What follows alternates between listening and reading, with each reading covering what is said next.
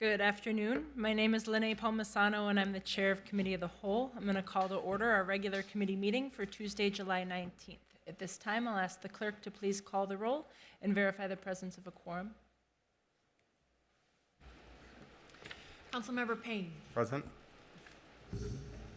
Councilmember Wansley. Councilmember Rainville. Present.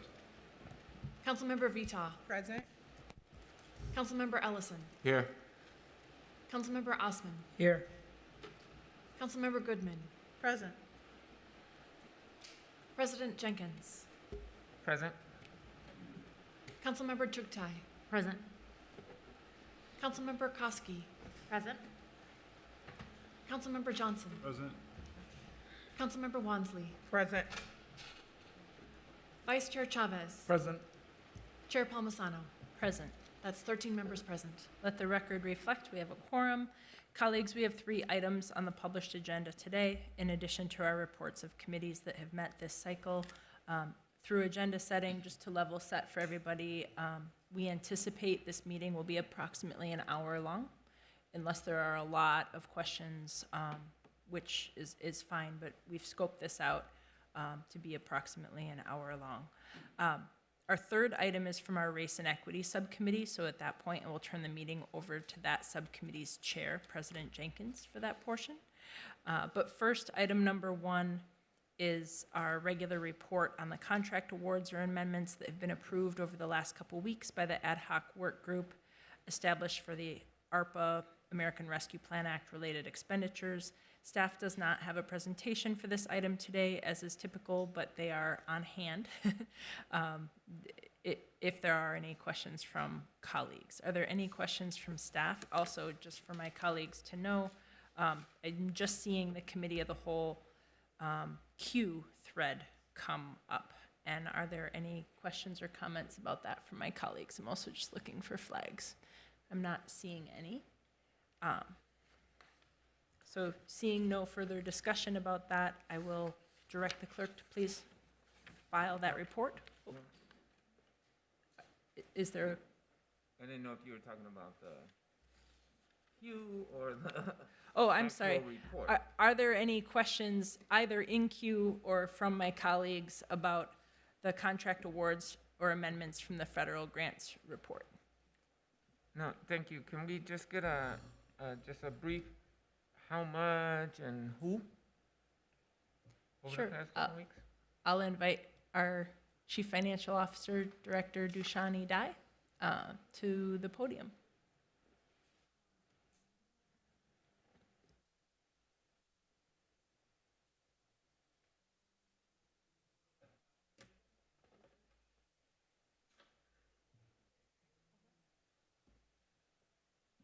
Welcome, Director Dai.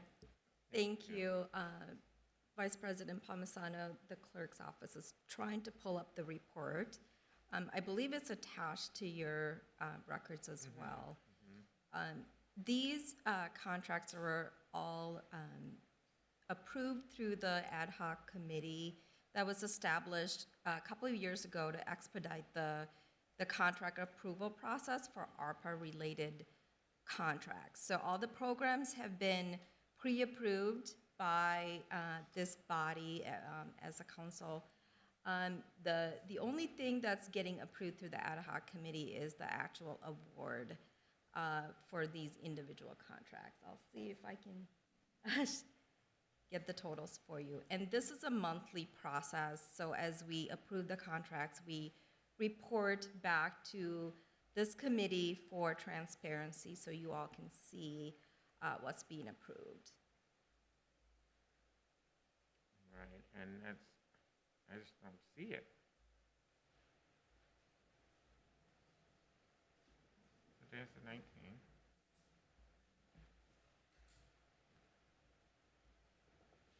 Is there following the report?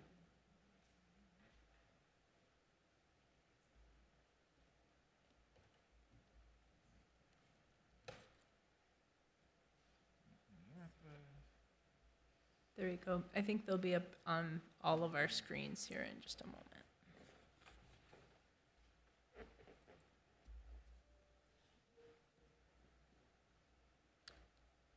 or our city clerk, Ken Daler, just has the direct link to LIMS. I guess it's under supporting documents and LIMS. I had it printed out for me at agenda settings, so I didn't need to figure out how to navigate to it.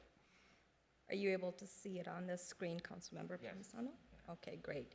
So this report is for the month of June.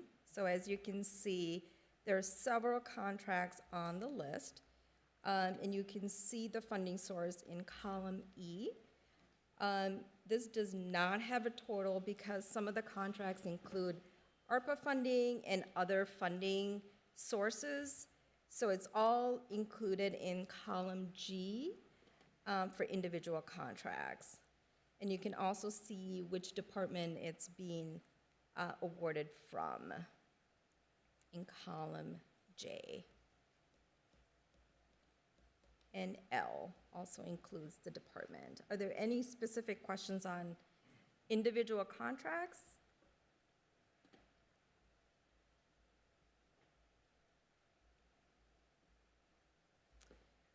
As a general question, do my colleagues have any questions on individual contracts? Or Council President, do you have any No, questions? no specific projects, no. Okay, Pretty self-explanatory. there we go. But now we all know exactly how to navigate to the spot, and that is helpful, so thank you. You're welcome. And as a note, this report is monthly, so you will see the contracts approved in the month of July at the next POGO meeting. Thank you. You're welcome. Thank you. There we go. All right, then, I'll ask the clerk to please receive and file that report. The next item on our agenda is an update on the improvement plan following the 2020 Civil Unrest After Action Report. I invite up Director Barrett Lane, Director of Emergency Management, to begin this report. Welcome, Mr. Lane. Thank you, Madam Chair. Let me just start the slide deck here for you.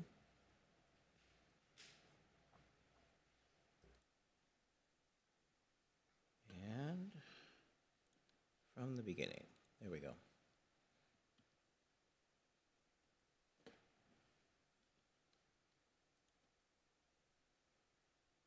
All right, it doesn't want to give you the opening slide, but it is the opening slide, and I will start the slideshow right after this. So thank you, Madam Chair, members of the council. Appreciate the opportunity to come before you today. When we started the project with respect to how we're going to respond to the 2020 AAR, we committed to regular reports on progress and updates on what is happening in this space. So this is the first regular report associated with that. As you recall, we went through back in April the initial readout on this. So let me start that. So here's the chronology so far. We received the report in March. As you remember, we have 25 key findings and 27 recommendations that we're following up on. The 27 recommendations are what we're working with here today during the course of this presentation. We did the initial briefing to you back in April, and we are here today to provide you with the update. By way of reminder, here's the methodology that we're approaching this work with. We are,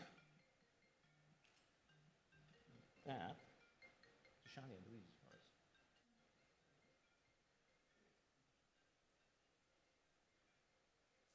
So what we've done is we have formed what we call the Emergency Management Advisory Committee. These department heads and departments form up most of the emergency management work within the city. As you know, emergency management is a distributed function. It's something that OEM leads, but we cannot accomplish without the partnership of those functions across the organization who participate either at the incident command level, the tactical level, or at the coordination level. So the participants in that committee are noted here. What we've done is we've divided the work into two main buckets, if you will. One is all of the findings and recommendations that have to do with the National Emergency Management System and the implementation of the Incident Command System. There are many, many findings with that. We went through all of those particulars during the last, but what we've done is we have looked at that holistically and decided that the solution here is a reset of our capability to implement the National Incident Management System, and particularly Incident Command System, throughout the city. So that's one big chunk of work. that is being led specifically by my department. So we are coordinating that activity across the various first responding and coordinating groups. The second big bundle of work, well, let me back up. The goal, as it's put here, as you recall, we're setting ourselves on a course toward 2024, where we'll be performing this capstone integrated emergency management course, where we're going to demonstrate that each of these components that we did not see perform successfully in 2020 can and do perform as they're designed to do so. That is our objective, and everything we're going to talk about today is leading us toward that objective. I think it's important that we're able to demonstrate, not only to you, but to the community, that we've taken this feedback and we've acted on it, and we've implemented the changes in a demonstrable way. So that exercise will actually test in 2020 on a national stage whether or not we can perform to the standard that we've set before ourselves. The second bundle of work has to do with department level changes that need to be made. We've tasked those out to the various departments, and my colleagues here from Police, Fire, and the Coordinator's Office are here to talk about their components of that work as well. So that's the overall approach, Madam Chair and council members. Let's talk about, first of all, then the NIMS reset. You've seen this slide many times now. We had it in training, and we talked about the last time that I was here before you. What we're primarily interested in here is the system that's represented on the right side of this diagram. The incident command is the tactical component of this. They provide the first response service. They are in charge of the actual response. Unified command is when more than one jurisdiction or discipline come together effectively as a partnership in command to respond to that incident.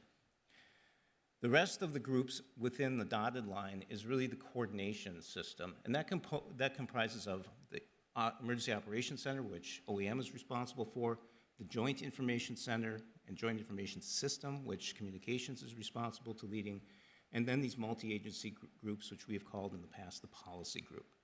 All three of those are part of that off-scene coordination function that exists in service of incident command. And in this context, I just want to point out the two arrows on here. Sometimes these arrows don't get the attention that they need. We're going to be talking about training related to the Incident Command Emergency Operations Center interface in a moment. Those two arrows represent that interface, the flow of information and requests into that coordination system from Incident Command, and the flow of support and coordination activities back to Incident Command. So those two arrows are important to this because they show the relationship of both parts of this, both the command and the coordination components of the system. So as we look at this reset, what are the terminal objectives that we want to accomplish? Well, we want to make sure that we can use the incident command system to do that on-scene command, control, and coordination of incidents. We want to make sure that we can operate our Emergency Operations Center consistent with the NIMS and our standard operating procedures. We want to make sure that we can use our MAC and policy groups to enable that executive decision-making and policymaker interface that is, again, in support of incident command. And we want to make sure that the Joint Information System is able to serve all these other components. If we think back to some of the other diagrams, you've seen that the Joint Information System really links to incident command, the EOC, and the policy group, MAC group. We want to make sure that we can demonstrate this at the end of this activity. So how are we going to do that? We are going to do training, and we are going to do exercising. The exercises are tests. Can we do it? Have we learned? Can we show that we can do what we set out to do? We are going to test each component individually, and then we are going to test each component as it relates to the other components it connects to. This is a lot of work. This is a lot of training. This is a lot of exercising, but this is the one way that we can see through to making sure that we see the improvements that we need within the entire system. So as we go through this, and there's a building block nature to this, we want to make sure that both the police and fire department have the opportunity to demonstrate their skills in effective single command. We want to make sure that they can come together as that partnership or team in unified command. We want to make sure that the EOC operates as it's supposed to individually. Then we want to start putting these things together. Incident command, EOC interface, we just talked about those two arrows. We have to test that. We have to make sure it works. One of the major breakdown points that we had in 2020. Got to come back to that. We have to make sure the multi-agency coordination group and policy group work together and it can interface with these systems. And again, that the joint information system can serve all of those components. We have drafted a request for proposals. Well, it's going through the Permanent Review Committee pretty much as we speak here, to order a contract to provide all of these exercise services so that we will provide that. All of this will lead up to that single capstone exercise we talked about. If you look through the recommendations and findings, there's a number of themes that we have to make sure that these trainings and exercises touch. We have to make sure that we can operate across multiple shifts, so that handoff between one shift and another is important. We have to make sure that we actually develop and implement an incident action plan. So how are we going to do that?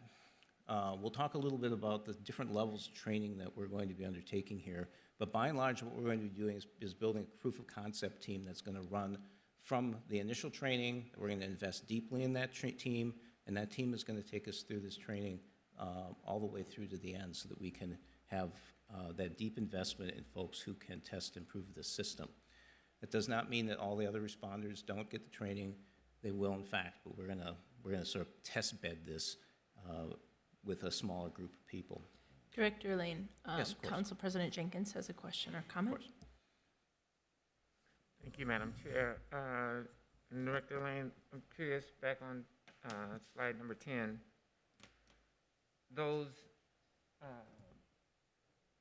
specific areas you identified as being addressed through an RFP. So would these be consulting scenarios, and then how long this will go all the way to 24, or? Madam Chair, Council President, I've got the timeline here in just a minute, which might help line up the various points of this. But yes, this is not something we have the capacity to do in-house. These are large-scale exercises, so we're going to have to contract with folks who do this. So that's what the RFP is designed. And there is a building component to this. Obviously, you don't want to put people in unified command until they've had the opportunity to walk through single command, for instance. So I'm going to advance ahead here. I think the next slide, here's the timeline. So there's really three things that are going on at the same time. The top line is we have to basically reset our familiarization across the entire first response team. A lot of this can be done with online training, so it's not as big of a lift.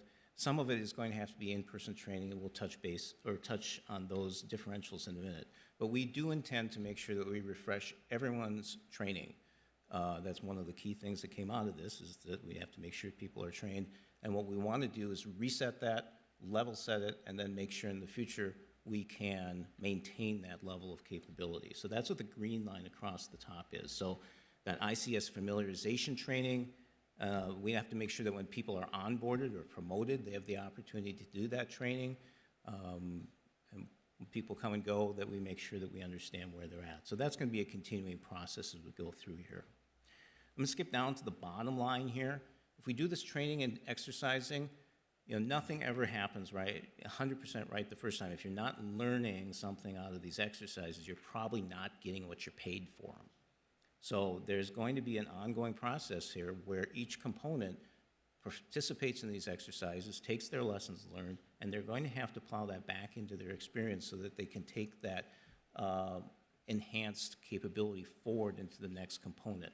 So that's a piece I want to make sure we highlight here, because just running people through the training isn't going to solve the problem. It's not going to solve the problem in and of itself. So I want to make sure that we don't lose that piece, and that's what that blue line at the bottom represents, that ongoing commanded general staff corrective action training. The center line is the timeline, Madam Chair and Council President, that I think answers your question, and it lines up how we envision, at least right now, this all rolling out before 2024. If you recall our conversation the last time, we do not have a scheduled date with FEMA at this point in time. We don't know exactly when in 2024 that training will occur, but we want to make sure that we're prepared for it. So this is based on that sort of general timeline, and my sense is within the next year or so we're going to see this shift a little bit, but if you're going to get it done in 2024, there's just a certain number of punch list items that you're going to have to do. And here's how they basically go through. So the command and general staff are really the core team. If you go through and look in the AAR, a lot of times they talk about the incident management team, but I think to a large extent when they're talking within a particular department, what they really are talking about that command and general staff, the incident commander, the PIO, the public information officer, the liaison officer, the safety officer, operations section chief, logistics section chief, and so on. There is a class specifically for those folks to come together as a group, take that basic training in the green line and apply it to the next level. And then there's a series of trainings for each of those people within their assigned disciplines to go through as well. These are multi-day trainings. This is a big commitment that we are asking our responders to participate in. So if you're an operations section chief, for instance, you will have to take your basic training, you'll have to take the general command and general staff training, and then you will have to participate in your position-specific training in order to be prepared for this. This is the path forward. Our hope is to get that done, and then we have an RFP out for all that training as well, I'll talk about in a minute, by early 2023. That's going to be a big lift. I would caution everyone to not underestimate the lift that this is going to represent. Director Lane, Councilmember Chugtai has a question or comment. Thank you, Madam Chair. I wanted to just go back to the first slide that you shared with us on the overview and the advisory committee that kind of makes up. This one? Madam Yeah, Chair? the Emergency Management Advisory Committee. I am wondering if you can just speak a little bit to whether, I see a good grouping of people that makes up this body, but wondering why we don't have someone from, perhaps NCR or civil rights or council to bring in the perspective of advocating for residents and community members as well. Madam Chair, Council Member, this is a technical committee that's committed to and purpose to coordinating our internal response to emergency management and coordinating the resources that each of these departments brings to bear.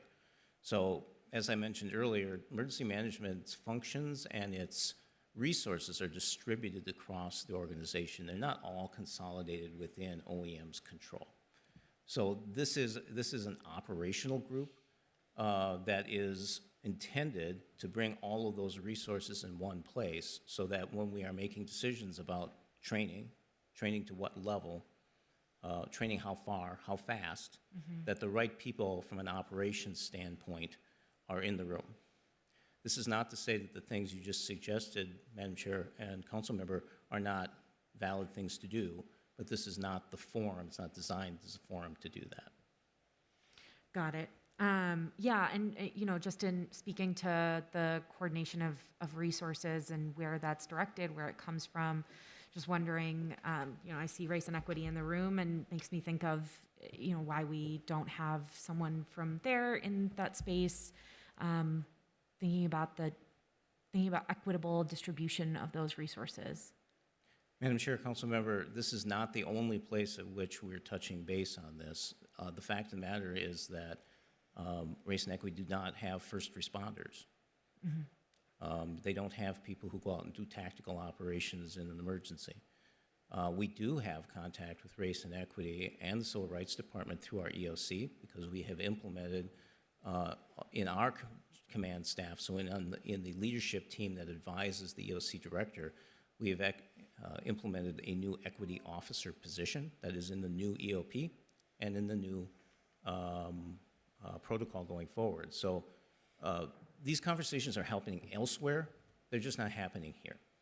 Got it. Oh, I just saw communications, the coordinator's office, and the mayor's chief of staff role, and don't believe that those folks have that same type of first responder experience either. And Madam Chair, Council Member, with respect, the Communications Department runs the Joint Information Center, so they own a huge component of the overall system. The mayor, of course, is in charge of this. So his representation is key, particularly under our new form of government.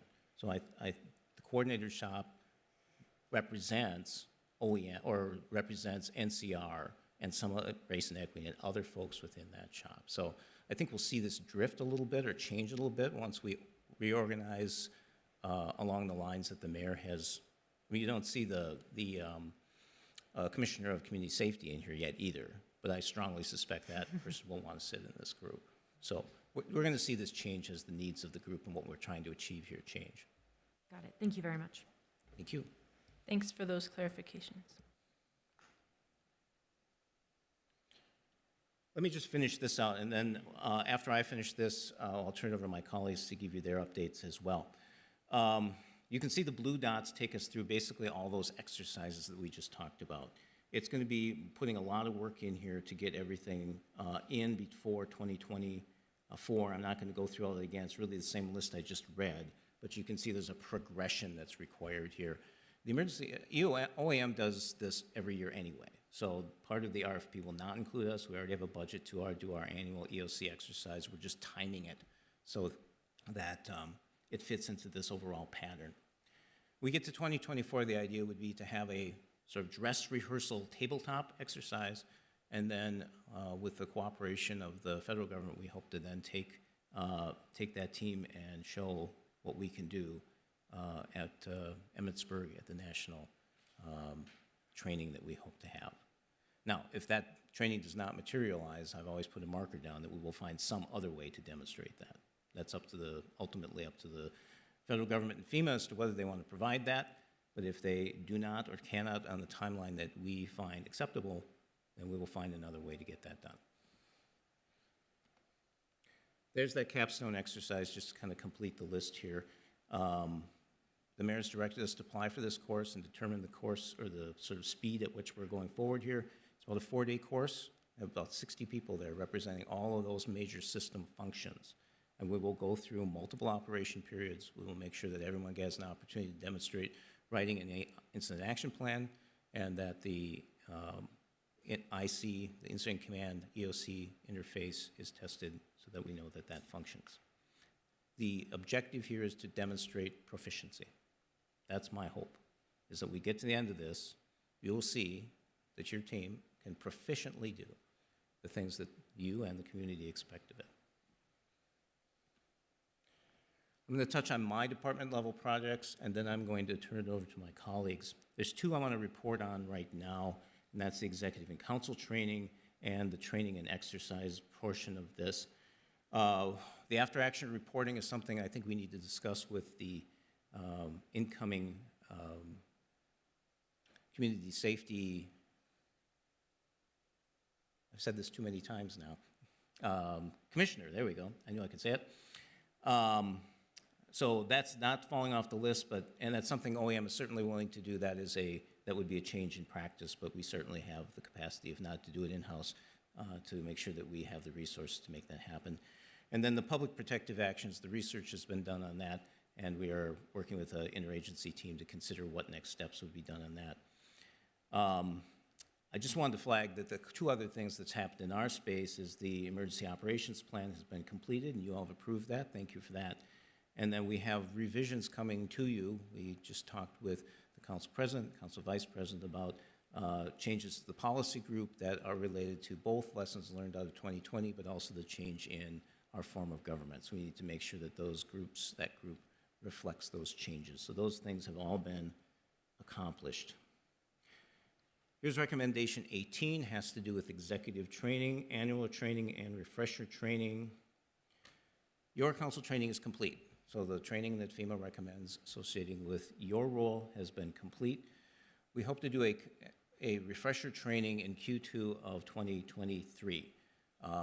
Despite the focus on the after action report and some of the things that have happened lately, our major risk pattern has to do with weather. And so we are going to be tying general refresher training to that sort of severe weather awareness week, and as we start ramping up our attention to respond to weather-related events, it's probably as good a time as any to touch base with these core capabilities at all levels of the organization. So that is actually done until we hit that refresher training. The executive training will be complete next week. The last component for the executive team is the senior officials workshop. That will be completed next week, and then we will put them on the same refresher training pattern as the rest of the organization, again, probably Q2 of 2023. So this particular item is essentially substantially complete, except for its ongoing component, of course. The other recommendation I want to talk about here is tabletop training and exercises. The first thing we did here is to try to figure out, remember the green line we had in the initial timeline there? There's a series of ICS courses, Instant Command System courses that we all have to take, and we've done an assessment of who hasn't had them, who needs to take them, and we're just in the process of making sure that all those folks have an opportunity to take that. We are actually resetting the whole team. If you haven't had this training in 3 years, you're going to get it again. So that's the plan, and we're going to make sure that everybody has the opportunity to have the basics in hand. We have ongoing training. We have a space for 34 in the intermediate ICS that will come up in October. We can train 34 more in the advanced ICS, but we will have an RFP for the balance of this. There's a limited amount of training we can get through the state of Minnesota that is on a grant, but what we need exceeds our ability to get that grant-funded training. So we will be issuing an RFP for that. Our EOC, the Emergency Operations Center training, is ongoing. This is something we do in-house, and that's been ongoing on a continuous basis. Again, RFP is in process for delivery next year. This is a reset and refresh. We're going to reset everything, make sure we have a solid baseline. We're going to have to make sure that we track promotions and new hires, get them up to speed, and then have that continuing refreshment for all staff as they're going forward here. One of the big themes of the AR is that we need to refresh these skill sets. These are perishable skills, so we need to make sure that we are touching these more often than we have in the past. Ongoing exercises. We've finished our annual tabletop exercise for the Emergency Operations Center. We did a workshop with police, fire, and others, having to do specifically with the new component of the Emergency Operations Plan for civil unrest. So we completed that. Our watch office is our 24/7 response our activation wing within OEM. That was exercised. And we have a number of tabletops and other exercises planned here, as well as that ICS, the Incident Command System 300 and 400, coming up this year. So again, this is basically our existing plan, but it's completely responsive to the after-action report. And with that, Madam Chair, council members, I would turn it over to Chief Huffman, unless you have anything else you'd like to address with me at this time. Are there any other questions for Director Lane? I'm not seeing any. You're turning it over to Chief Huffman. Thank you. Welcome. Good afternoon, Madam Chair, council members. Thank you very much for the opportunity to come and give you a brief update this afternoon. I have just a few updates on the slides that you have all seen before during our first presentation. As you will remember, we have a number of improvements that we're working on related to training and leadership development. Updates on this one include, about 3/4 of the way down on the slide, that we are working on updating our curriculum for leadership and supervisory training, and that includes working both with an outside consultant who's already been retained and is working with both the fire department and the police department, as well as working with our city's HR learning and development folks. And so as part of that, there is new curriculum that has largely been developed and will be rolling out this fall for a first round of supervisory reset training, specifically to address components of coaching for growth and improvement, supervisory use of force reviews, and leadership and ethics. So those training dates are being scheduled. On this slide, we talked a little bit last time about the civil disturbance policy that was in existence and our plans to update that policy So we have done the research on that piece to bring together language from the Minnesota Post Board's model policy of best practices, along with best practices from industry organizations like the International Association of Chiefs of Police. So we do have some draft language bringing those two things together, are circulating it for updates within the department. The draft language was a bit unwieldy, trying to bring together sort of two model policies from different organizations, and so we're working on refining that down to something that's coherent and makes sense, and we'll be circulating final drafts of that policy in the next few weeks. These are slides that we went through before related to prior policy updates and the descriptions. And then for recommendations 11, 12, and 19, our leadership for continuity of services, we have identified a plan to ensure continuity of services throughout the city, typically for 911 response, relying on the precinct commander for an area that's uninvolved or less involved in the situation being managed to oversee our 911 response to ensure continuity of service. And then related to employee wellness, we have had an RFP process that was moving forward to identify a vendor for comprehensive trauma-informed mental health services for all of our employees. That RFP did go through the city process, was posted. Potential vendors have submitted proposals and are now at the point of making presentations, and a final vendor will be selected shortly to provide those services. In addition, we created a position for a wellness manager for the organization to bring together all of the components of our wellness programs. This includes everything from our peer support team to the psychological services that we use for pre-service screening, as well as a return to duty after a critical incident or a fitness for duty evaluation, some of the mental health providers that do our critical incident stress debriefings, the vendor who will provide these trauma-informed psychological services, and other related wellness components and training. So that process is open. It was posted for hiring in June, and hopefully we'll be moving forward so we can hire someone into that role in the next few months. And with that, unless there are any questions on those updates, I will turn it over to my colleagues from the fire department. Councilmember Wansley? Thank you, Chair Palmisano. Chief Huffman, I know the last time you gave this update, I asked a question about how many officers have been disciplined, those involved in engaging in misconduct related to the civil unrest. I think at the time you named or documented one.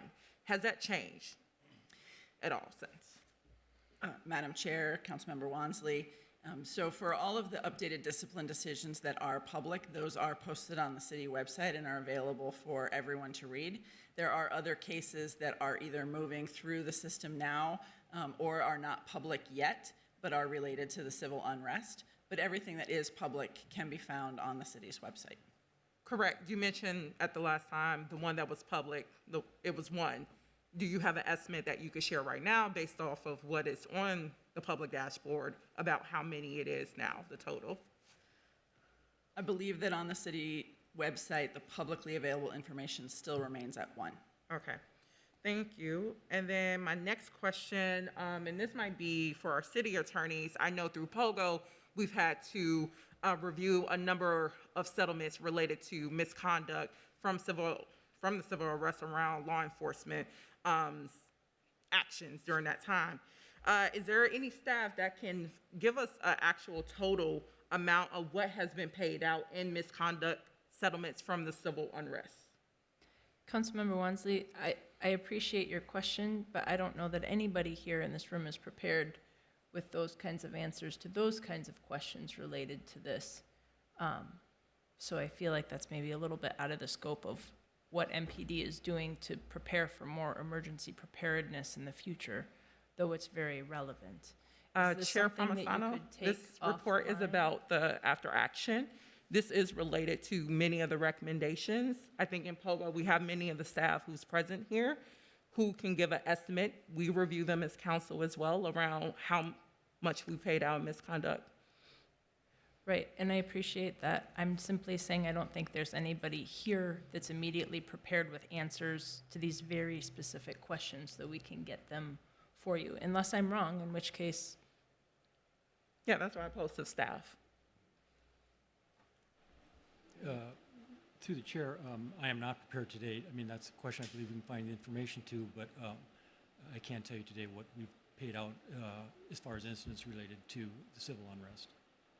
I'm sorry, it was kind of low. You say you aren't able to? Okay, I No. can follow up with an email of this same question and hopefully be able to get a response. Sure. That's all.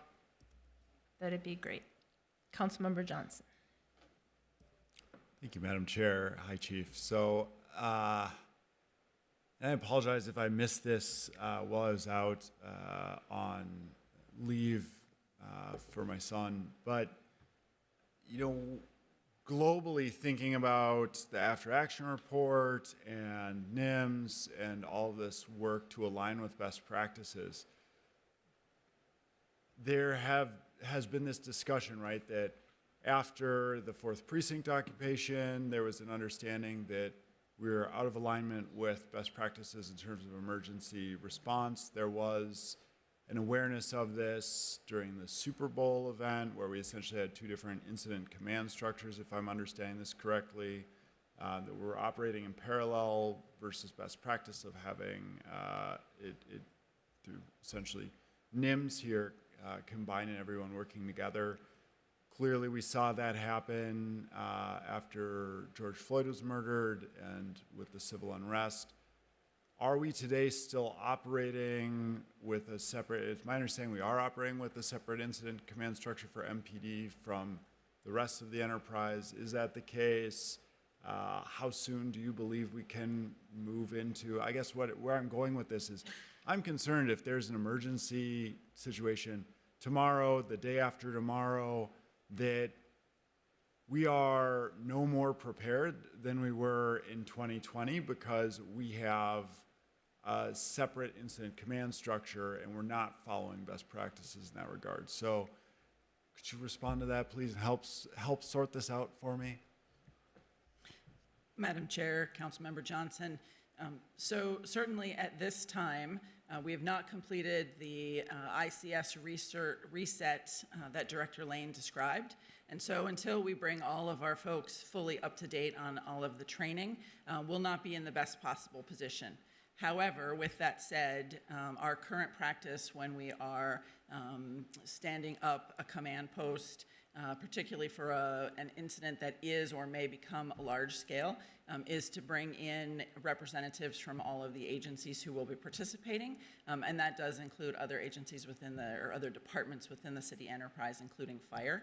So we typically use the command post facility at the Emergency Operations Training Facility, where we have the Strategic Information Center that is right there and available, and we will have representatives from Minneapolis Police Department, Minneapolis Fire, potentially for some of these, the Emergency Operations Center may be open or may be virtually open as well, and we also coordinate with outside entities like Public Works and law enforcement from other agencies. So oftentimes when we have a planned event, we will have representatives from the Hennepin County Sheriff's Office, the Minnesota State Patrol, sometimes Commissioner Harrington as well. So we are certainly operating in a much more unified command structure than we have in the past.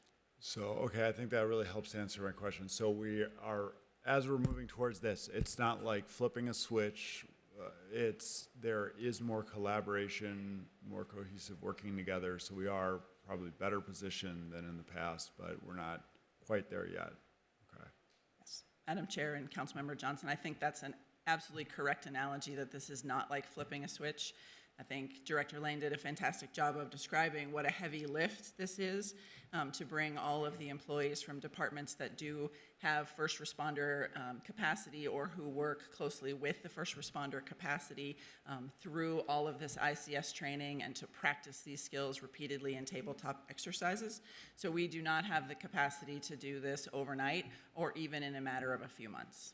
Thank you. That's really helpful. And then just as I'm thinking about this, maybe one more question for you is, any idea why we are in 2022 and we're moving towards NIMS now? Why have we had this less than ideal structure in place for so many years and it has not been addressed until now, especially if it's been in prior after action reports and such?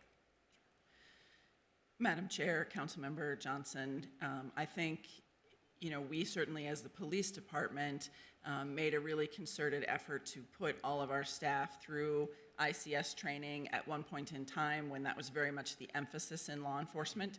And much of that was around concerns about weapons of mass destruction, chemical, biological, radiological attacks in the context of terrorism.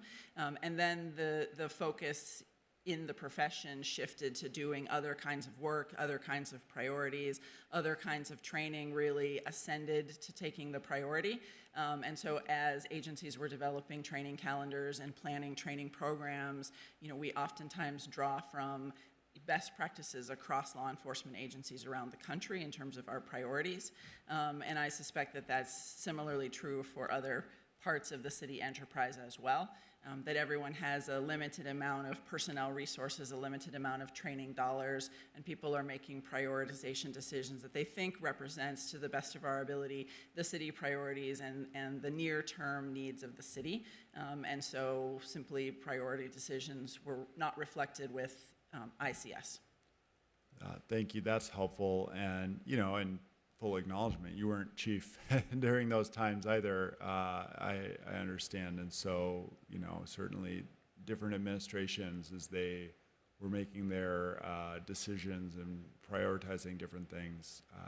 And it's, it obviously it would be great to build a time machine and go back in time and be able to have us operating as many other cities were at the time with a unified incident command structure. But I guess the next best thing is to get it done today, right?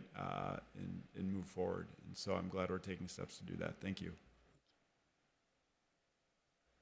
Thank you. And I know that your question, while it was aimed at Chief Huffman, would also be relevant for the fire department and these other departments too.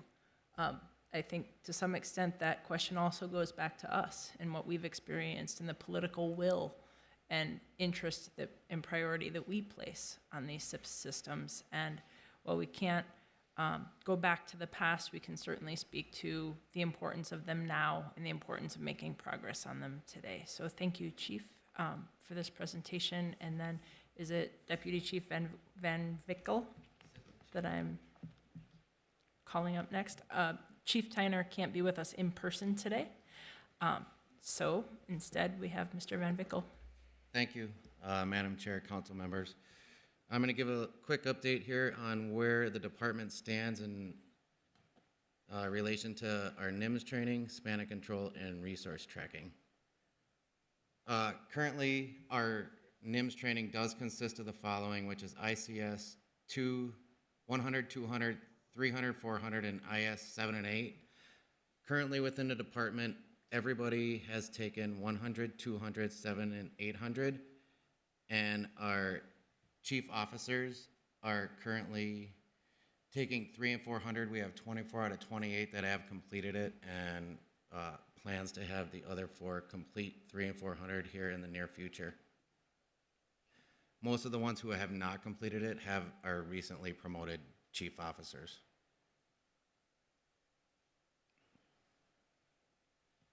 Within the span of control context,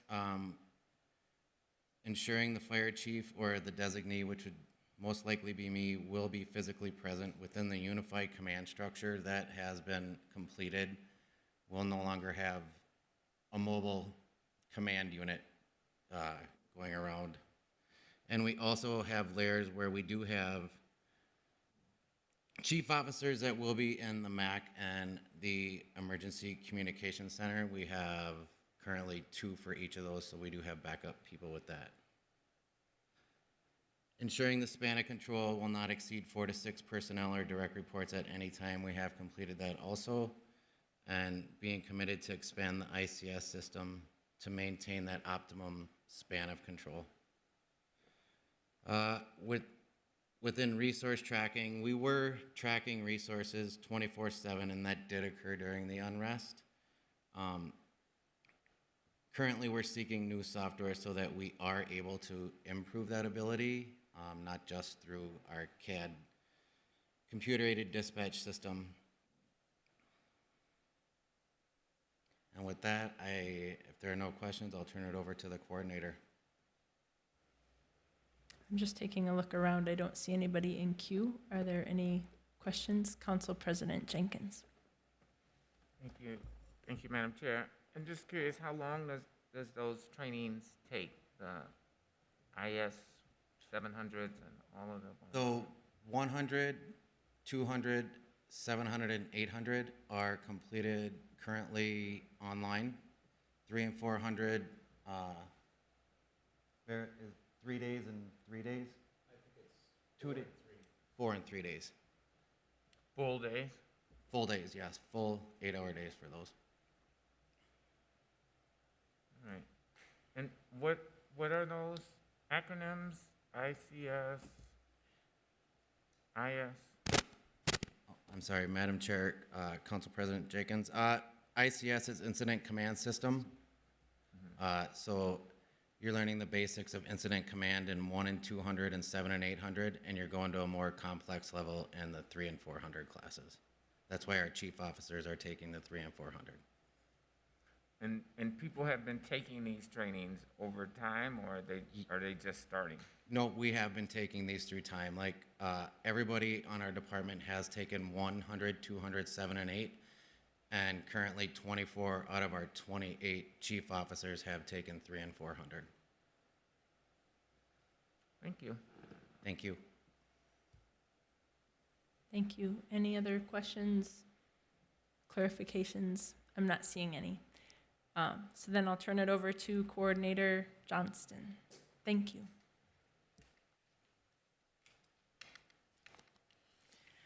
Thank you, Chair Palmisano, members of the council.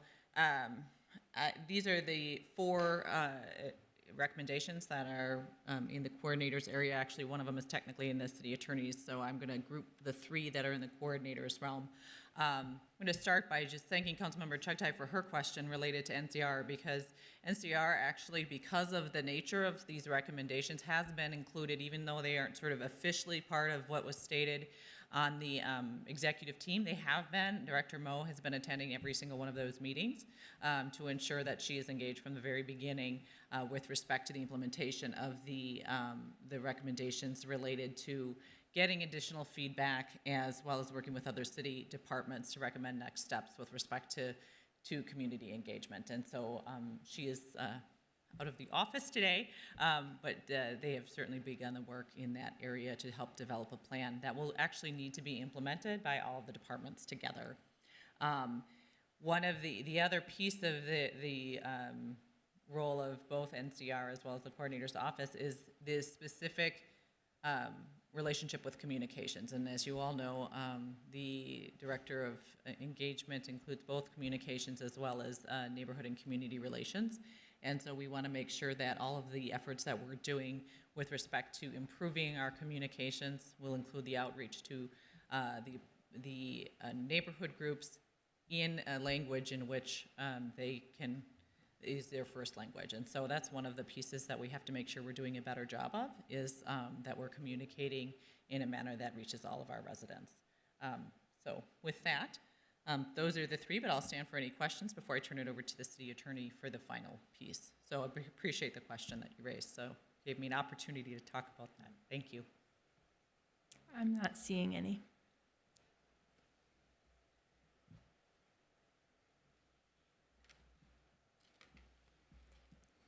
Mr. Ginder, are you going to go down to present, or is somebody going to? Well, Madam Chair, Sure. perhaps I can simply stand in for Mr. Ginder. This is simply work that's going on at this point in time. So I would save him the trip with your permission to come down here and tell you that this is work that's ongoing. It's certainly something that we need to do, but there's not a specific update on this item for this presentation. And Mr. Ginder and I discussed this beforehand, but I was not quite quick enough to save him half the trip. So thank you, Madam Chair. Sure. I will just point out this slide. This was a particular point of confusion for those of us that were on the city council last term.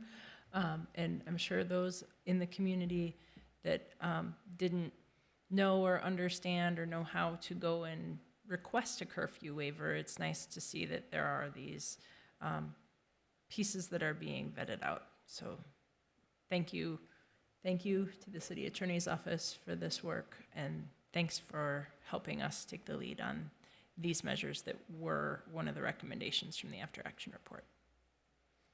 Thank you, Madam Chair. That is the balance of the presentation. So again, I thank you for your time. We thank you for your support. We are on a good path. And I think that we will all, and our residents will benefit from the journey we're embarking on. So again, I appreciate your support for the work that this team is doing. Thank you. With that, I'll ask the clerk. Chair Palmisano. Oh, I'm sorry. I don't see anybody in queue at this point. Councilmember Wansley. Thank you. I just had a quick question, follow-up question for City Coordinator Johnston. Thank you.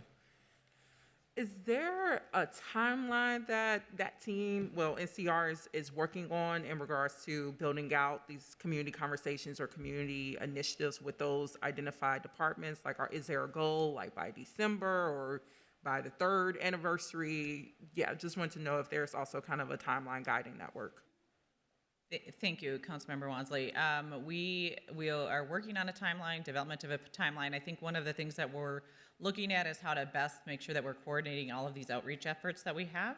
As you all have heard before, we want to make sure that people get surveyed out, and especially in this area, some of the feedback that we've heard from NCR that they have heard from the community is that they feel that they have provided a lot of the input that we want to ask about with respect to the after action review during those interviews. And so what we want to do is make sure that we aren't overtaxing our residents with asking the same questions. And so that's going to be, we want to be thoughtful about that. And so our intent is to make sure that we've fully implemented and done that outreach before we go into the exercise that Director Lane spoke about in 2024. But I expect that a lot of that outreach will have been done prior to that by the end of 2023. And then that will be making sure that we do the report and finalizing that so that it can be incorporated into those exercises in 2024. You're welcome. Thank you. Does anybody else see in queue someone someone that might tick in later? I'm not seeing anybody else in queue right now. So thank you. Thank you, City Clerk. Next, I'm going to turn the meeting over to President Jenkins for item number 3, which is part of our Race and Equity Subcommittee. Thank you, Madam Chair, and I will call to order the Race and Equity Subcommittee. And myself and Councilmember Ellison, our chair and co-chair. And item number 3, again, is a report from the Division of Race and Equity relating to race equity departments across the country and how they compare with our own. I will just note that I appreciate Council Members Wansley as well as Chavez for lifting up this report, and I will invite Director Taisha Green to lead us in that conversation.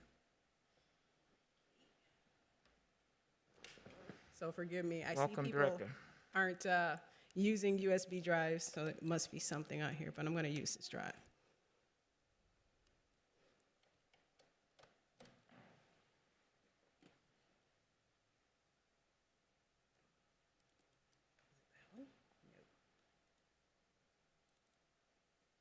Okay, so thank you for your welcome, and thank you for asking me to make this presentation.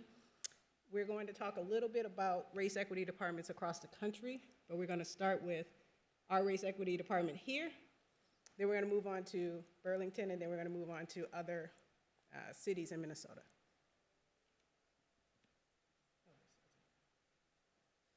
Okay, so Minneapolis, we have about 425,000 people here, about 63% white, and about 19% black. And you can see the other demographics there. I'm sorry, this is not doing what I wanted to do, so I'm scrolling. Okay, this is our current race equity department. We have 5 full-time employees, We do have Brennan here. He is our step-up intern. So say hi, Brennan. Stand up. I did introduce Brennan earlier today to some of you. You got a chance to meet him, but hopefully you'll get a chance to meet him as well, the ones that have not. We have myself, the executive director. We have 3 program managers, and we have 1 program coordinator. We have a budget of $1.1 million.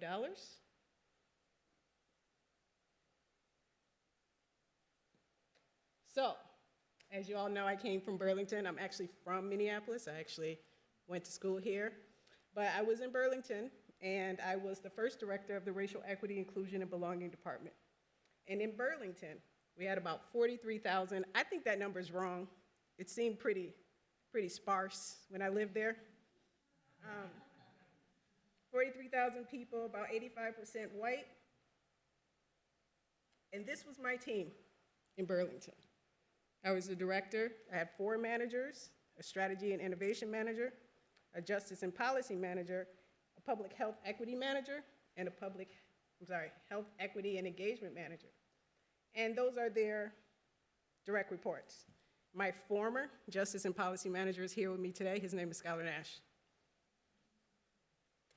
This department was it still is, a cabinet level office reporting directly to the mayor.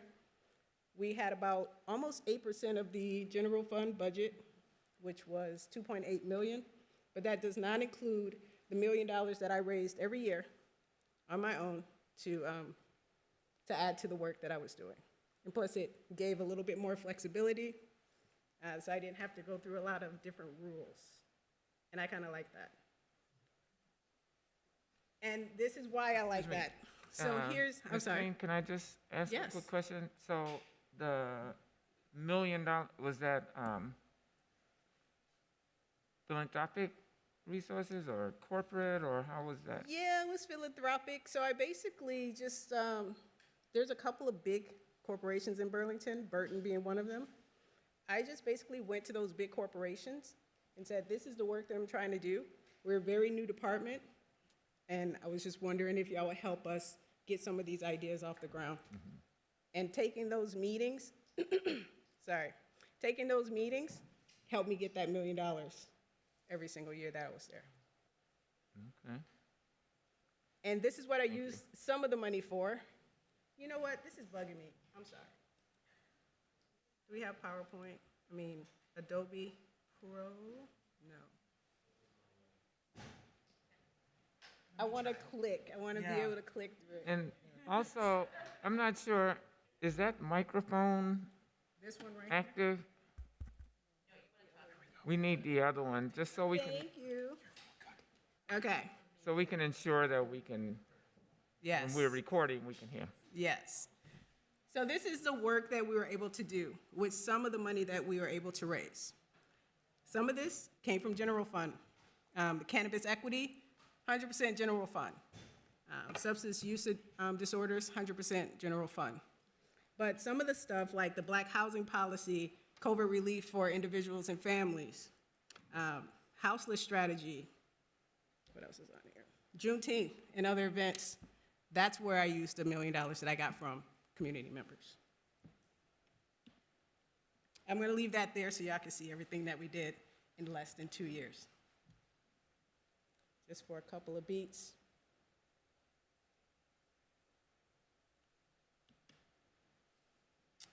So Minnesota, we picked a few cities in Minnesota who are doing this work, who have race equity divisions. I couldn't find any that had a department in Minnesota besides Minneapolis. So St. Paul, about 305,000 people.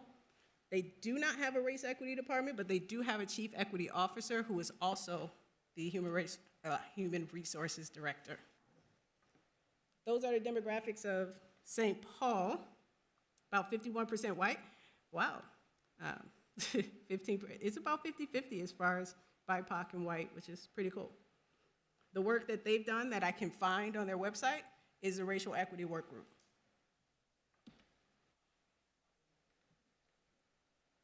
Yeah, okay, cool.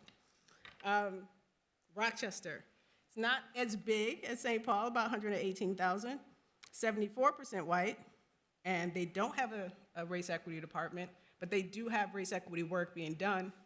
And the person that they have in that role reports to the city manager / city administrator.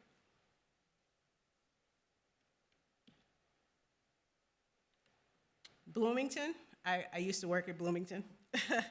For those that don't know, I worked there for about 5 years.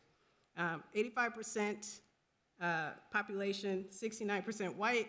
That is the racial equity work that they're doing, and they actually named their team the REIB recently, which is the same as my name and my former department's name in Burlington. Edina, 53%. 53,000 people, 84% white. This is the work that they're charged with doing, and they have one race and equity department, one race and equity manager within the city manager's department. St. Louis Park, almost 50,000, 80% white. They do have a frozen FTE, but they're hiring for that person, so they're not actually doing the work right now. And the work that they've done so far that we can find is removing racial covenants from deeds. And I think Golden Valley is the last one for the state of Minnesota. 22,000, 84% white. They have done a lot of work within Golden Valley, though, but they only have one equity and inclusion manager within the city, and that person sits within the city manager's department. Before we move on to anything across the country, do you have any questions on Minnesota, Burlington, Minneapolis? I don't see any questions from my colleagues, but I guess I have a question. You noted that in Burlington and I think Bloomington, they added the B for belonging. Like, what does that mean? So when I got the job in Burlington, their department was actually called Diversity, Equity, and Inclusion. So I would have been the director of DEI.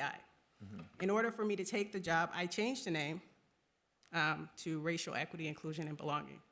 Because I feel like you can't, belonging is the end goal, so we're gonna get there through racial equity and inclusion. And it helped frame the work for me. So that's why I changed the name. In Bloomington, my counterpart, Faith, took that name because she liked it, and they rebranded Bloomington's Race Equity Division to the Office of Racial Equity, Inclusion, and Belonging. So it's a made-up name by me. There's only 2 offices with that name in the country. But I've heard it used in other DEI spaces, though. No, they've been using DEIB, so Diversity, Equity, and Inclusion and Belonging. Mm-hmm. But that didn't actually happen until I was on the front page of PM Magazine. I give you all the credit. I'm just saying, what does it mean? I'm not trying to... It just, that's the feeling that we're trying to get to, Council President. We're trying to get to a feeling of belonging. Mm-hmm. Okay. And you have to be intentional about it, so I put it in the name to remind myself, but also to remind my team to be intentional. Well, as a person who believes words matter, thank you. Councilmember Palmisano, and then Councilmember Wansley next. Thank you, Madam Chair. We're not done with the presentation. I just want y'all to know that. Okay. Right. You asked for questions. Yes, I did. I just wanted to make sure that y'all knew. Sorry. I also love the belonging end goal to that work. I think that speaks broadly to the work that you do and your mission here. Can you comment on, and tell me if this is going to be covered later on in your presentation, and I'll stop, the best setup from your perspective to be impactful in this work?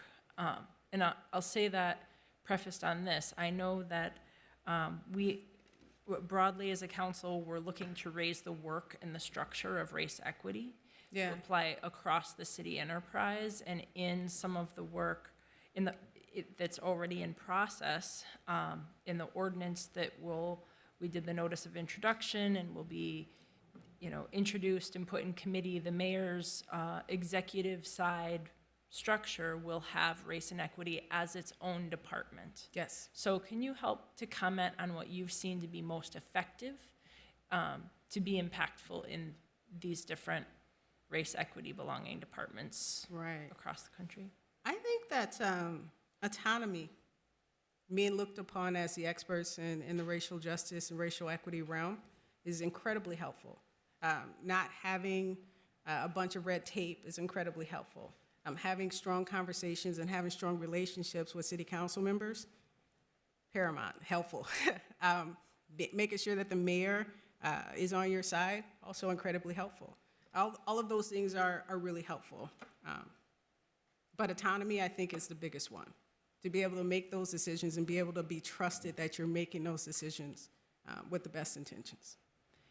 Thank you. Because I know, and just to remind my colleagues, we had some conversations about whether this work would be best paired with civil rights or in some, or within, or partnered with some other kind of work.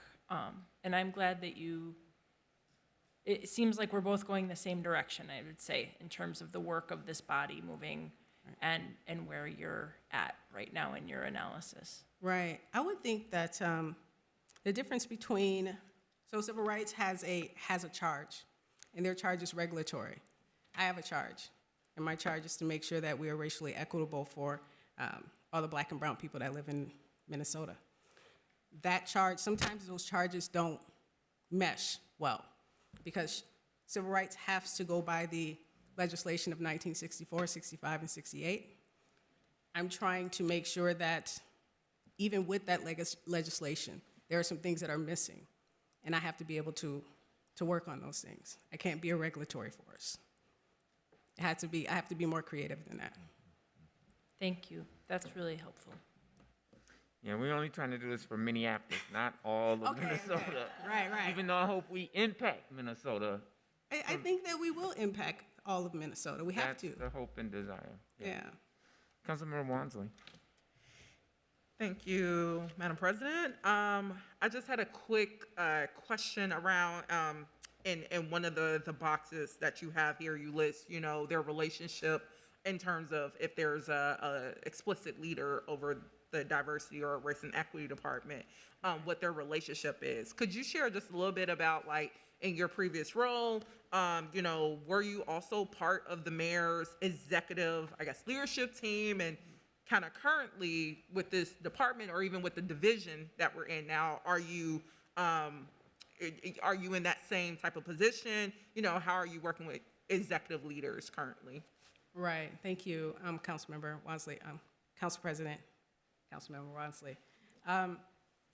In Burlington, yes, I was a part of the mayor's executive leadership team. The mayor had 22 department heads. There were 7 of us that were part of his executive leadership team.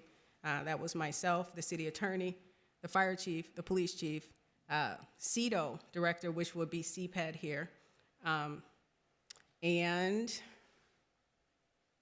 the CAO. So we typically met every Monday, and we made decisions for the city. And we would, bring in the other department heads during the department head meetings and discuss why we made such decision and how we're going to move forward with those decisions. So, yeah, I'm very used to being a part of the executive leadership team. Thank you. I don't see any further questions, so please proceed. Okay, cool. Thank you. And I just put this slide back up because you referenced it, Councilmember, so I'm going to move on.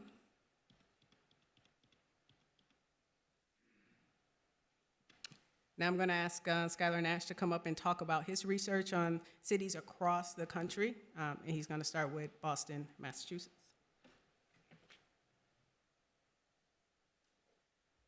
Thank you, Director Green.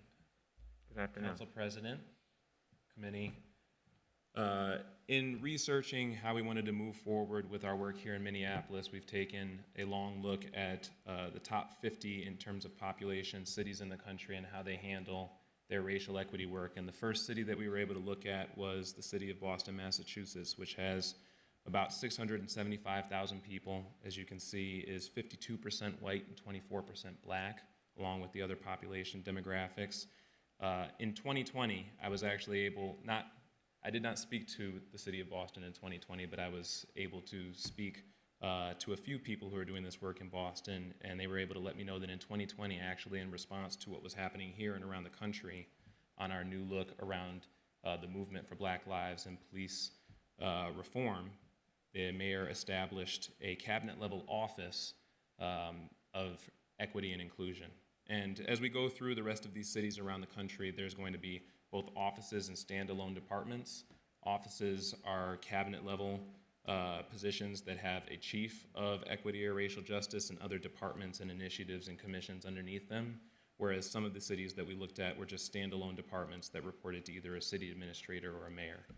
Boston, the first city that we're looking at, has a cabinet-level office. You can see that they've worked on a racial equity resilient cities report, a racial equity strategy, racially disaggregated data collection, outreach and community engagement, as well as administration, racial equity events, and a Boston resilience assessment.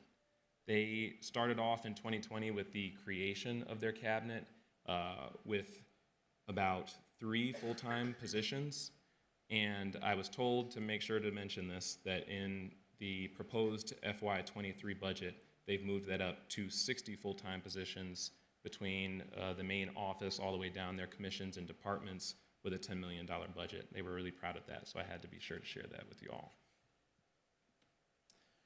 Philadelphia, Pennsylvania has about 1.5 million people, 44% white, 44% black. They have another cabinet-level office of racial equity with a chief of diversity, equity, and inclusion. They have about 10 full-time positions and a $1 million operating budget. Some of the things that they've been working on is racial equity as a governing principle for the city of Philadelphia, racial equity training for city employees, workforce building, and equitable procurement, contracting, and entrepreneurship policies for the city of Philadelphia. Here we have Louisville, Kentucky, which was another city that I was able to spend some time talking to people that are doing the work there. They as well have a cabinet-level office, a chief of equity, that has a Department of Equity and other departments and initiatives around women's rights and other protected groups as a part of their Office of Equity. Louisville is 70% black and 70% white and 24% black.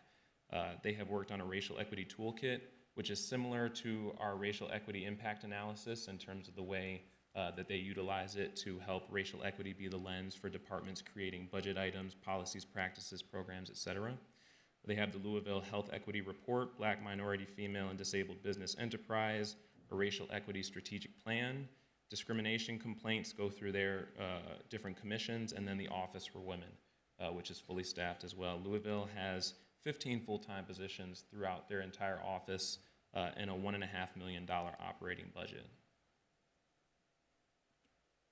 San Diego, California, 62% white, 6% black. It's got about 1.4 million people.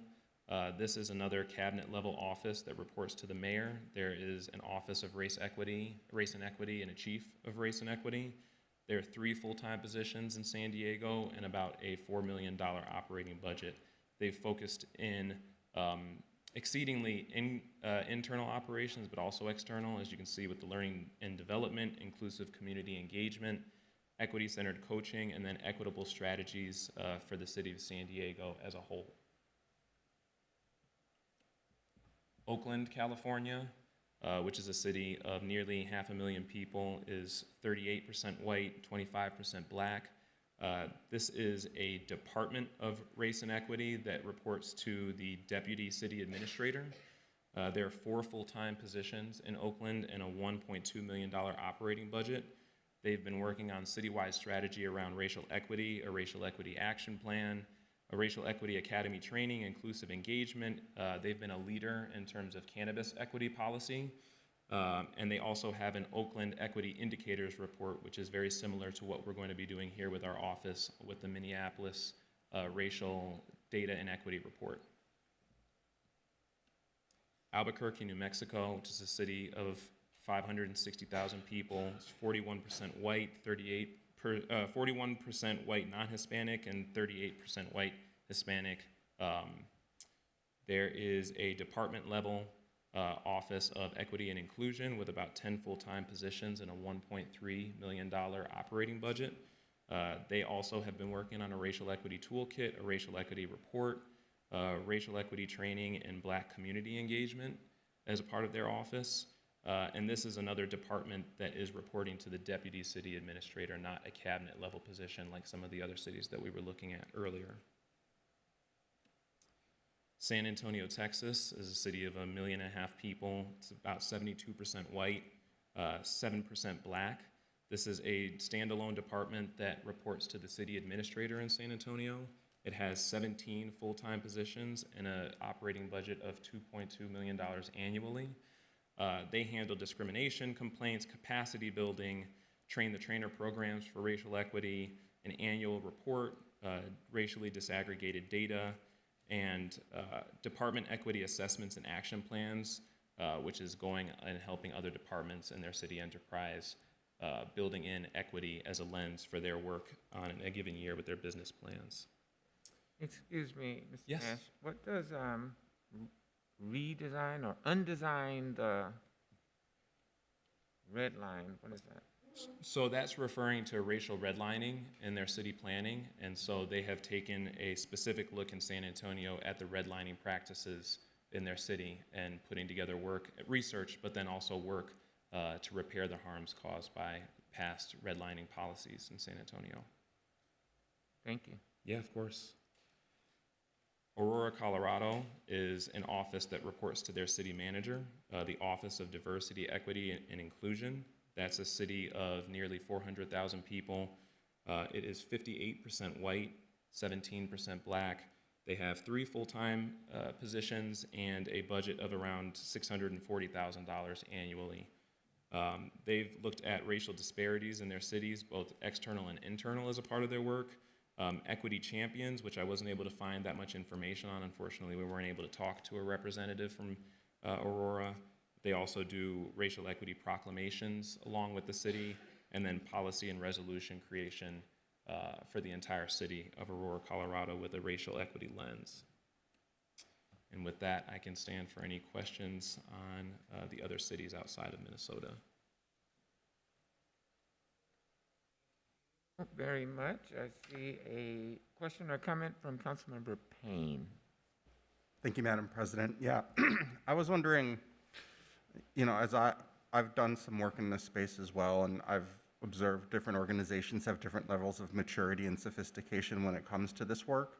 And then I'm wondering like where your kind of general assessment is of where Minneapolis is on that spectrum. But then, you know, what is our ideal end state? You know, do we want to work towards a much more robust program, or do we want to work towards we don't need this program anymore because it's embedded in all the things that we do in every department at every level? Like, what would be our ideal outcome? And that's a decades-long question. To be clear, not a 2-year question. I think we gotta stop calling it programs. Yeah. Because what we're trying to do here is systemic change. And I like to look at it as, you know, you change the system first, and then you change the behaviors of people, and then you change the minds. What we're doing now in this racial equity space is we're trying to change minds before we can change behaviors, and then change the system. And the best example I can come up with that is the water fountain. 60, 70 years ago, me and Councilmember Johnson could not stand the same water fountain. But today we can, and nobody cares. Why is that? Because we changed the system, even though people were upset, behaviors automatically changed because the system changed, mindsets changed. So even if you're racist, you're not gonna be mad if I drink in a water fountain that you drink out of. So that's what our work is gonna be. That's the core of our work. And it's my intention to put up whites only and color only picture of water fountains to keep us framed in that, in our new space. Skylar, you got anything to add? That's perfect. You're gonna put pictures of? Yeah, I'm gonna put a picture just of that, just to show the juxtaposition of like, this is a really good example of how you can change a system, then you can change behaviors, and then you can change attitudes, are the water fountains. So it would just be a I'm not reminder convinced and a that conversation some people are piece. not still mad about that. I mean, They might not still be mad, but it's a good conversation starter, but it also keeps the team on task. Thank you. Councilmember Wansley. Thank you, Madam President. Kind of building a little bit on Councilmember Payne's question. I'm thinking in your prior role, just thinking of workflow, like with race and equity, and even how you're imagining with, this new proposed department. And you touched on this in the first question a little bit about the mayor's the engagement level, but how do you imagine like the workflow between, race and equity and belonging with other departments, with council? You've already spoken about the executive leadership, so council and other departments.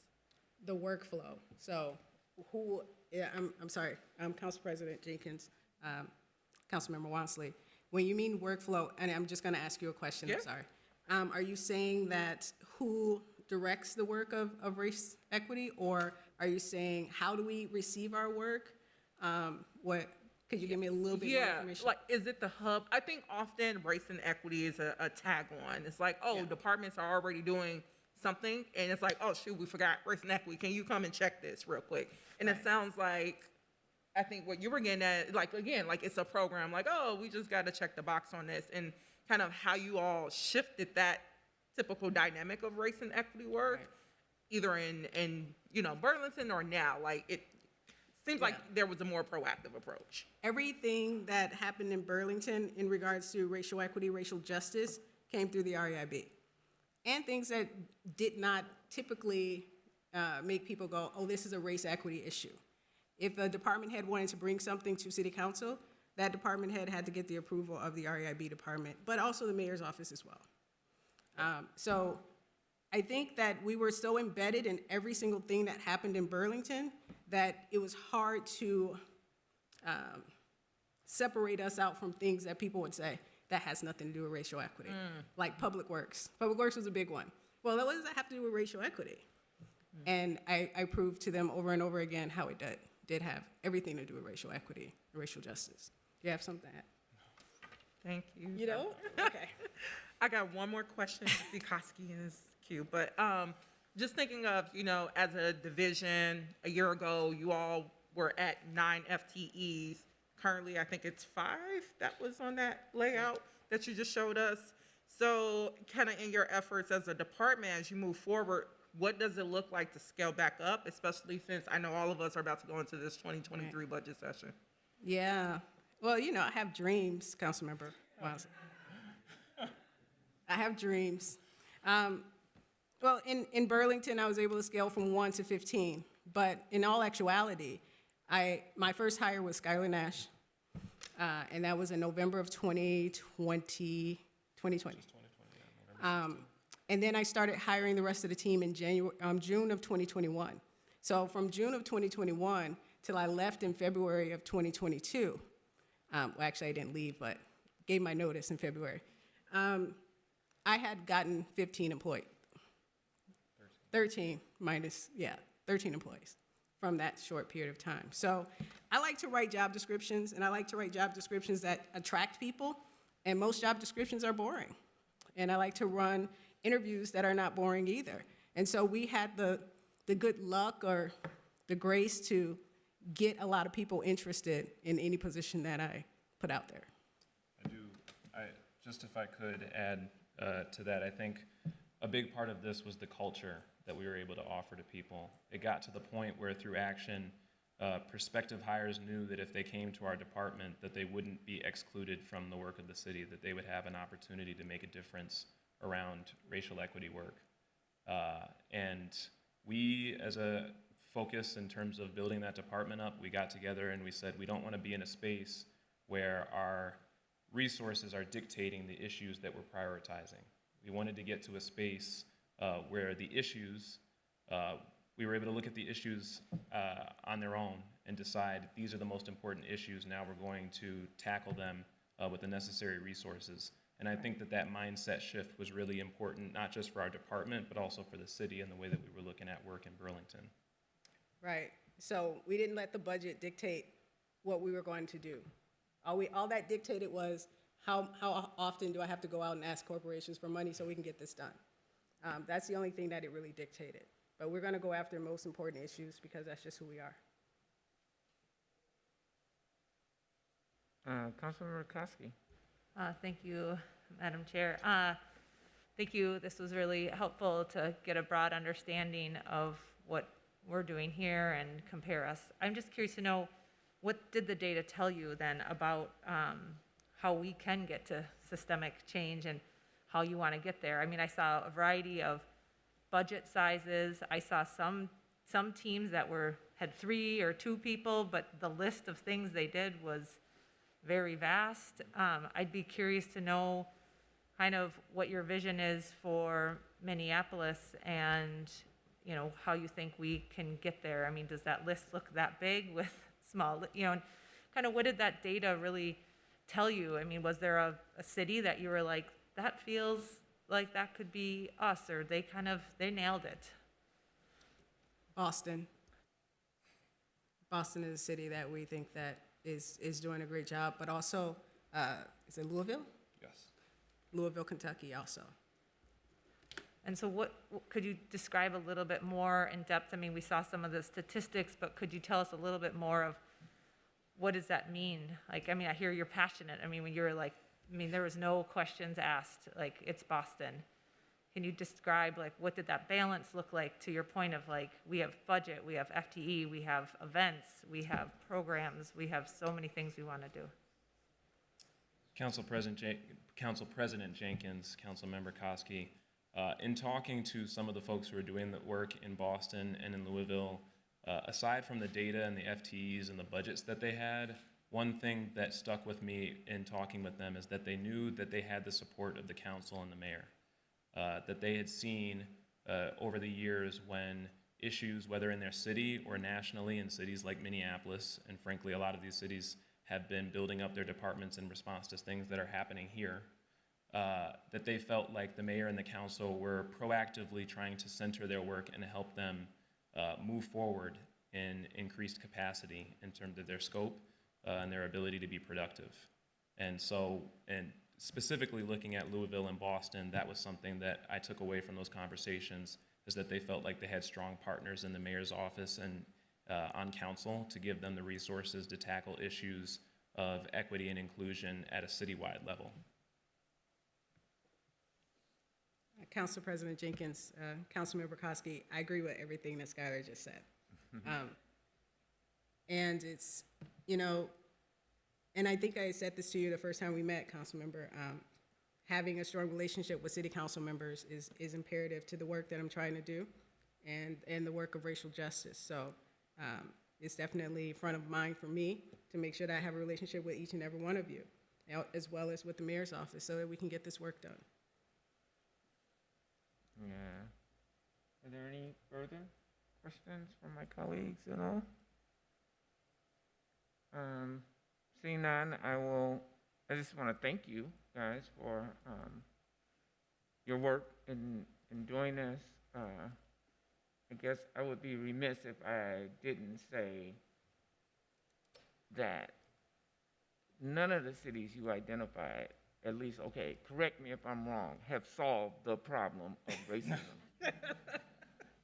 No, that did not come up. Boston, I think, is probably, you know, on paper, next to Minneapolis, one of the most racist places in the country. And they, Council President Jenkins, I think that Boston is number 7 and we're number 1 as far as worst places for Black people to live. So it's a little bit of it's a little bit, but yeah, they have not solved the race problem, and nobody has. And I don't think that any of us sitting in this room today will be alive to see someone solve it. But what our job is to drop seeds. Right. And one of these days, those seeds are going to grow into magnificent trees. Mm-hmm. And then generations after us will be able to sit under the shade of those trees. And to me, it makes all of this worth it. Absolutely, 100%. So thank you to you both and your team. Brennan, thank you. Appreciate you. And I will ask the clerk to receive and file this report. And with no other questions or comments, I will return the chair to Council Vice President Palmisano. Thank you, Madam President. Next, we'll receive reports from the standing committees on matters to be considered by the council in full this Thursday. The first report is from the Business Inspections, Housing and Zoning Committee. That committee is chaired by Councilmember Goodman. Thank you, Madam Vice President, members of the council. We will be reviewing 16 items for approval on Thursday. Item 1, 2, 3, 4, 5, 6 are all licenses for distilleries, bars, sidewalk cafes, or other businesses expanding somewhere in the city. Item 7 is an interim use permit for Hope Avenue, Twin Cities. This is to allow for a shelter in the 5th Ward. Item 8 is the Curry Commons TIF plan at 187 Humboldt Avenue. This is for an affordable housing project in the 5th Ward. Item 9 is our scattered site project with MPHA. This is authorizing $26 million in expansion bonds. Item number 10 is granting an appeal for a project in the 4th Ward. Item 11 are the liquor license approvals, and 12 are the gambling license approvals. Items 13 and 14 are advancing environmental worksheets for projects at 600 Park and 900 Marquette, both in the 7th Ward. Item 15 is a loan approval for Midtown Crossing, and item number 16 is the rent stabilization work group appointments. With that, I'm happy to answer questions on any of the items coming forward Thursday, sorry. Thank you. I'm not seeing any questions. Next, we'll have the Policy and Government Oversight Committee chaired by Councilmember Ellison. Thank you, Madam Chair. The Policy and Government Oversight Committee is bringing forward 15 items that it will recommend for approval. Item number 1 is the appointment of Civil Service Commissioners, Anthony Kelly. Item number 2 is Collective Bargaining Agreement, ASME General Unit 2020 through 2021 and 2022 through 2024. Item number 3 is a customization of contract form with Baker Tilly for American Rescue Plan Act monitoring and technical assistance. Item number 4 is a bid for the 2022 Concrete Street Rehabilitation Program. Item number 5 is revenue contract with SMG for public safety dispatch services at US Bank Stadium for large-scale events. Item number 6 is a contract with Regents of the University of Minnesota for traffic management services. Item number 7 is a contract with Emerge Enterprises for the collection and recycling of mattresses. Item number 8 is a contract with Minneapolis Refuse, Inc. for the collection of garbage, recyclables, source-separated organics, yard waste, problem materials, and mattresses. Item number 9 is a contract with SMG for traffic management services. Item number 10 is a master contract amendment with Centerpoint Energy and Environment for environmental services. Item 11 is a contract amendment with Rice Lake Construction Group for Fridley Filter Plant Rehabilitation Project. Item number 12 is a contract amendment with Hennepin Technical College for police cadet training. Item number 13 is a contract amendment with Cone for elevator and escalator maintenance at Minneapolis Convention Center. Item number 14 is a legal settlement, David Lalibert versus the City of Minneapolis. Item 15 is amicus status in a lawsuit related to the Voting Rights Act. And I'll stand for any questions. Thank you. I'm not seeing any questions. Next is the Public Health and Safety Committee chaired by Councilmember Vita. Thank you, Madam Vice President. The Public Health and Safety Committee is bringing forward 5 items that it is recommending for approval.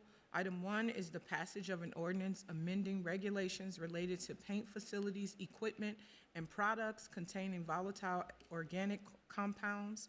Item 2 is accepting an additional grant from the Minnesota Department of Health for public health emergency preparedness. Item 3 is authorizing an increase to the corner house contract for forensic interview services.